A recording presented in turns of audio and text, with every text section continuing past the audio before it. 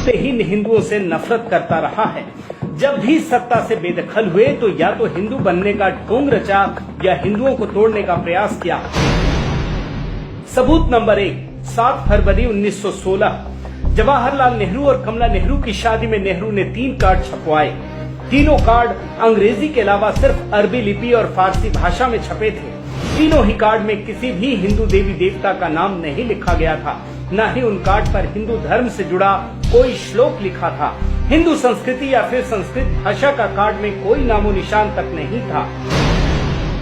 सबूत नंबर 2, आजादी के बाद जब वल्लभ भाई पटेल ने सोमनाथ मंदिर के दोबारा निर्माण की कोशिश की तो महात्मा गांधी ने इसका स्वागत किया, लेकिन जवाहरलाल नेहरू लगातार इसका विरोध करते रहे।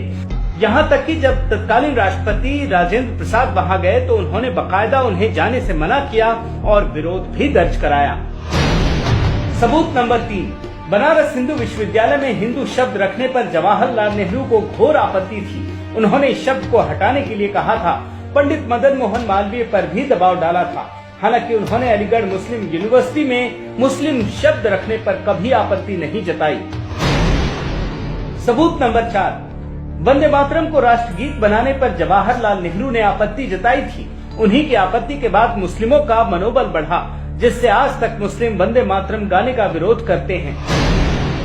सबूत नंबर 5, 7 नवंबर 1966 दिल्ली में हजारों नागा साधु इकट्ठा होकर ये मांग कर रहे थे कि गाय की हत्या बंद होनी चाहिए।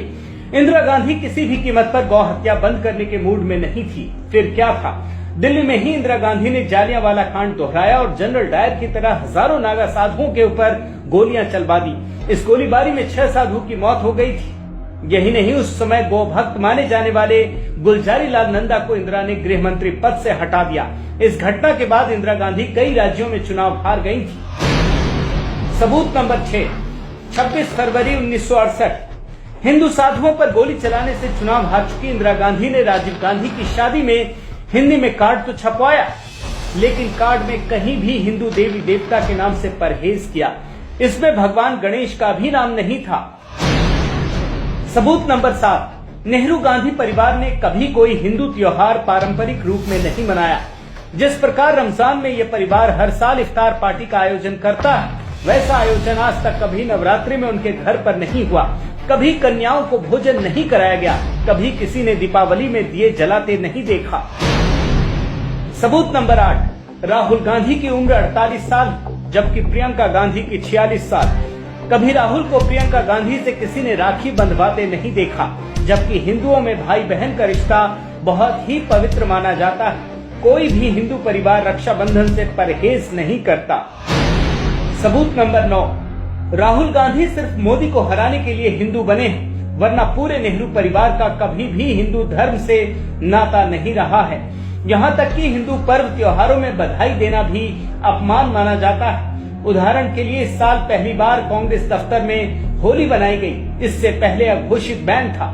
राहुल गांधी ने पहली बार लोगों को 2017 में दिवाली की शुभकामनाएं दी। सबूत नंबर 10, नेहरू गांधी परिवार कभी भी राम मंदिर निर्माण का समर्थन नहीं करता, बल्कि राम मंदिर के निर्माण को लेकर सुप्रीम कोर्ट में होने वाली सुनवाई में भी कांग्रेसियों ने रोड़ा अटकाने का काम किया है। कांग्रेसी नेता कपिल सिब्बल ने सुप्रीम कोर्ट में कहा था कि राम मंदिर की सुनवाई जुलाई 2019 तक टाल दी जाए ताकि लोकसभा चुनाव हो सके, ताकि कांग्रेस हिंदुओं को बरगला कर सत्ता में आ जाए और राम मंदिर के निर्माण पर हमेशा के लिए रोक लग जाए। सबूत नंबर 11, 2007 में कांग्रेस सरकार ने सुप्रीम कोर्ट में हलफनामा देकर कहा था कि भगवान राम, सीता, हनुमान और वाल्मीकि काल्पनिक किरदार हैं, इसलिए राम सेतु का कोई धार्मिक महत्व नहीं माना जा सकता है। सबूत नंबर 12, कांग्रेस ने ही पहली बार मुस्लिमों को हज में सब्सिडी देने और अमरनाथ यात्रा पर टैक्स लगाने का पाप किया है। गौरतलब है कि दुनिया के किसी भी देश में हज में सब्सिडी नहीं दी जाती है। सिर्फ कांग्रेस ने भारत में ये शुरू किया। मोदी सरकार ने इसे खत्म कर दिया। सबूत नंबर 13, कांग्रेस ने ही सबसे पहले दुनिया भर में हिंदुओं को बदनाम करने के लिए हिंदू आतंकवाद नाम का शब्द गढ़ा। एक ऐसा शब्द ताकि मुस्लिम आतंकवाद की तरफ से दुनिया का ध्यान भटकाकर हिंदुओं को आतंकवादी सिद्ध किया जा सके। सबूत नंबर 14, कांग्रेस अध्यक्ष राहुल गांधी ने एक बयान के जरिए देश की बहुसंख्यक आबादी को चौंका दिया जब उन्होंने कहा कि मंदिर जाने वाले लोग लड़कियों को छेड़ते हैं। हिंदू धर्म में मंदिर जाने वाले लोग लफंगे होते हैं। लोग मंदिर में जाते हैं, मत्था टेकते हैं, देवी की पूजा करते हैं, वही लोग आपको बस में छेड़ते हैं, वही लोग आपको दबाते हैं। सबूत नंबर 15, 3 तलाक पर सुनवाई के दौरान राहुल गांधी के करीबी कांग्रेस नेता कपिल सिब्बल ने इस्लामिक कुरीति से भगवान राम की तुलना कर दी। उन्होंने ये तुलना जानबूझकर की थी। सबूत नंबर 16, राहुल गांधी ने विदेश जाकर ये फैलाने की कोशिश की कि लश्कर से भी ज्यादा कट्टर आतंकी हिंदू होते हैं, जबकि आज तक कभी ये सामने नहीं आया कि कोई हिंदू आतंकी बना हो। सबूत नंबर 17, राहुल गांधी ने जर्मनी जाकर फिर से हिंदू धर्म को बदनाम करने का प्रयास किया। राहुल ने कहा कि भारत में महिलाओं के खिलाफ जो अत्याचार होते हैं उसकी वजह भारतीय संस्कृति है।